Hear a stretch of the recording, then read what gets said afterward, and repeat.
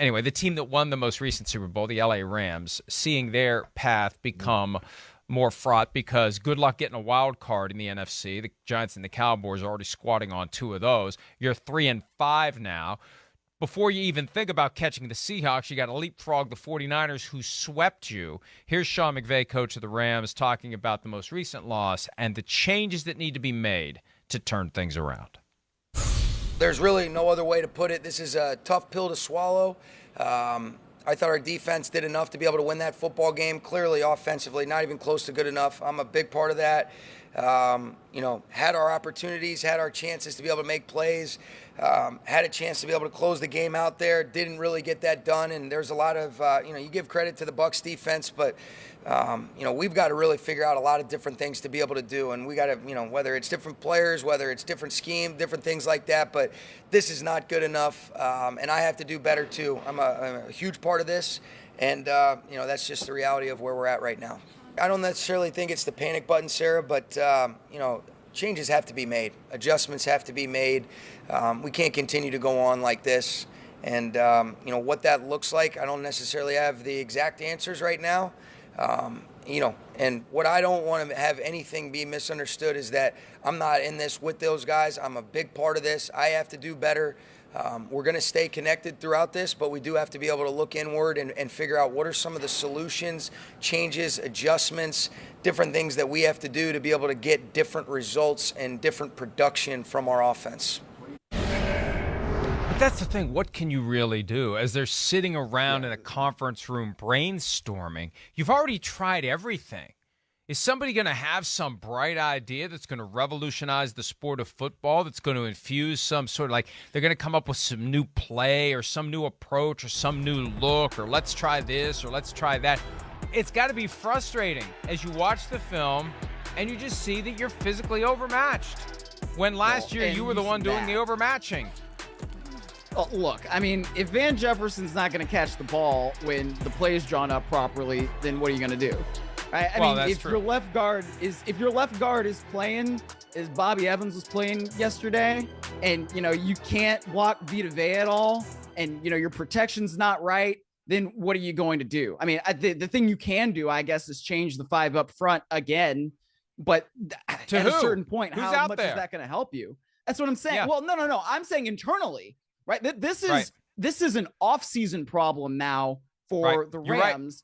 That you cannot solve in season. It's just not really possible. The only thing you can do is try to, put your best duct tape and glue and do whatever you possibly can to try and bandage this up so that you can finish with a respectable record. But look, it's an off-season problem now because you don't have the weapons. You do not have the offensive line. And the only weapon you've really got is Cooper Kupp. And at a certain point, everybody knows you're going to go to Cooper Kupp, even though yesterday he still has 8 for 127 or something like that. So it's not an issue that the Rams can solve right now. But I want to go back to one thing that Sean McVay said about remaining a connected team. We also got to talk about Jalen Ramsey in this because I'm sorry. I think Jalen Ramsey's right in that the Rams defense should not have had to go back out there on the field. But to say that so publicly, it just sends this message that things are not as connected as they need to be. And the Rams defense has been playing outstanding for a lot of different games. All right. And I agree with Jalen Ramsey. I'll say it again. If you have an offense that all they need to do is get a first down and you in the game. And Cooper Kupp made probably a critical error in sliding to keep the clock moving instead of bullying his way through and trying to get a first down on that jet sweep. But you can't start blaming the offense in the locker room right after the game to the media and think that that's going to continue to go over well and that you're still going to remain a connected team and you're still going to be able to go out there and win games. I get it. I get emotions are high, but that's not a great look from Jalen Ramsey. And, you've got to be able to solve that in-house and in the locker room in order to remain connected enough to actually get out there and win games. That's a great point. And I think back to when the Rams traded for Jalen Ramsey. That's part of what you trade for. You're trading for a guy who This is not out of character. That when it gets in spots, and I'm not saying it's right or wrong. He's being honest. He's being blunt. He's being who he is. He wanted out of Jacksonville. He said, "I want out of Jacksonville." He's not going to mince words. He's not a guy who's going to mince words. That's my point. I'm not criticizing him. My point is, you trade for him, and you know that guy. If things don't go well, he's possibly going to say something that you'd rather he not say. Myles, I think that this Cam Akers thing isn't a problem. It's a symptom of a different dysfunction that's crept into the Rams. Jalen Ramsey talked about Cam Akers the other day. They're represented by the same agent. Jalen Ramsey's been in a situation where he was just done with the team and wanted out with the Jaguars, so he can sympathize or empathize, empathize with Cam Akers. I got to figure that one out once and for all and not forget which is the right one. But he understands what Cam Akers is going through, and he supports Cam Akers. I know there's enough. And I don't want to pounce on Sean McVay, but I mean the guy's got $20 million contract or more for all we know. He's got a Super Bowl ring. He's got a great new house. He's got a great new wife. His life is great right now. But you also are in a position where you're going to get criticized if things aren't working out the right way, especially once you've gotten that salary. And it's kind of like the Pete Carroll thing in Seattle, where there's a shelf life on how long guys are going to listen to the messages from the coach and how long guys are going to respond to the shtick. Because we know there's a shtick. Every coach has a shtick. For some of them, it's a little more obvious than others. With McVay, it's an obvious shtick, Myles. Myles? I know. It's an obvious shtick, Myles. I mean, the whole name repetition thing. There's just a certain amount of, what's the right word? I don't know. I don't want to say the word in my head because I don't think it's fair. But there's something about it that I think a locker room is going to sniff out. So you got to turn over players.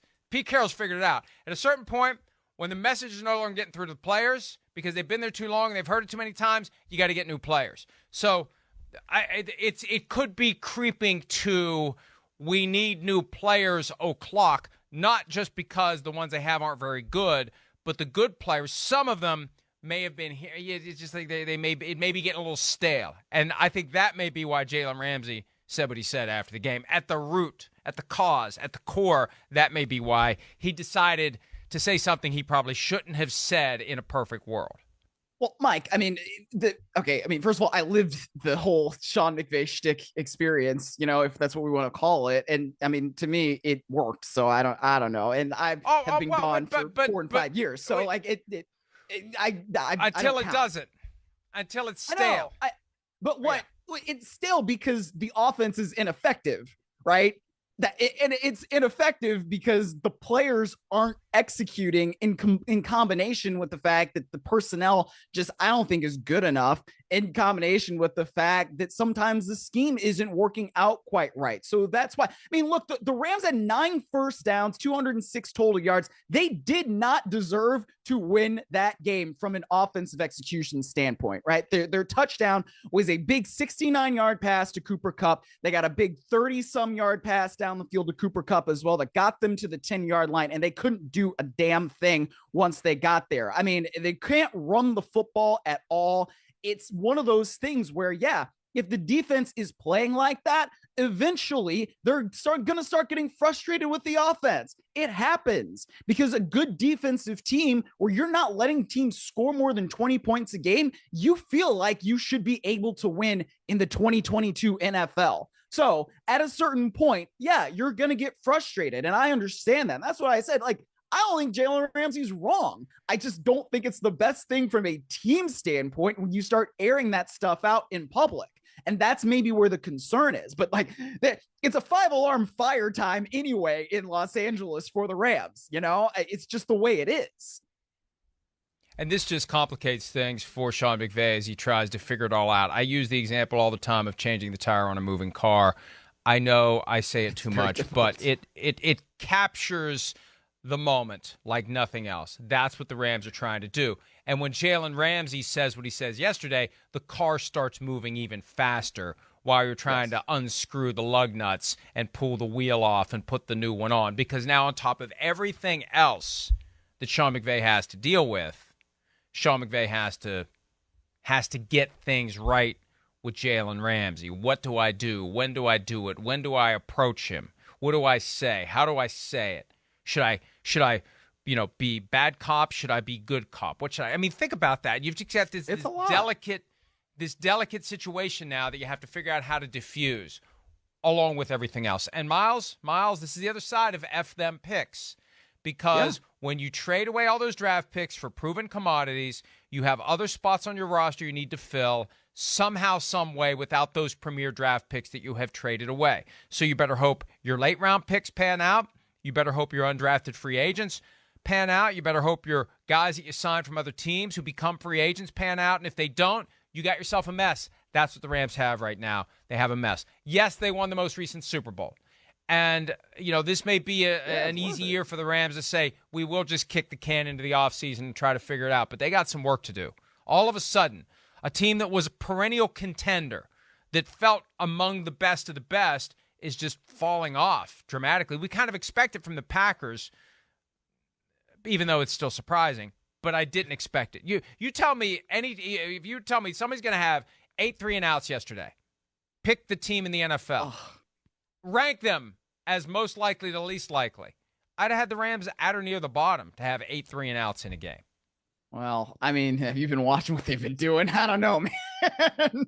This year, I don't know. I mean, I understand what you're saying. Generally, yes, that's the way I would feel about a Sean McVay offense. But, I mean, what did we talk about when, the 49ers beat the Rams? It's like, okay, well, the Rams aren't usually as bad as they look when they play the 49ers. I mean, now they actually are, right? And yeah, the Buccaneers have a good defense, and Vita Vea is a bad man. But there's a lot of bad stuff that's going on there with Los Angeles's offense, and it's leading to these losses.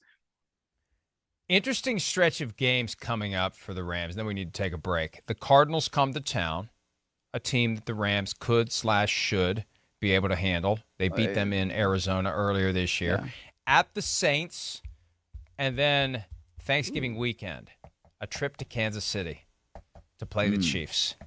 Rematch of the epic 2018. I have a feeling it's not going to be quite as epic this time around. But and then the Seahawks after that. And then we got a Thursday night game, Raiders-Rams. And who knows? Who knows where we are by then. By the time we get to Rams at Packers, Monday Night Football, 6 days before Christmas, it could be meaningless for both teams. At best, it's going to be an elimination game. At worst, it's going to be both these teams are done. That's where it's going for the Rams and the Packers so far this year. Sure. Hi, it's Mike Florio. Thanks for watching PFT on YouTube. Hit subscribe for the latest news and analysis from Pro Football Talk.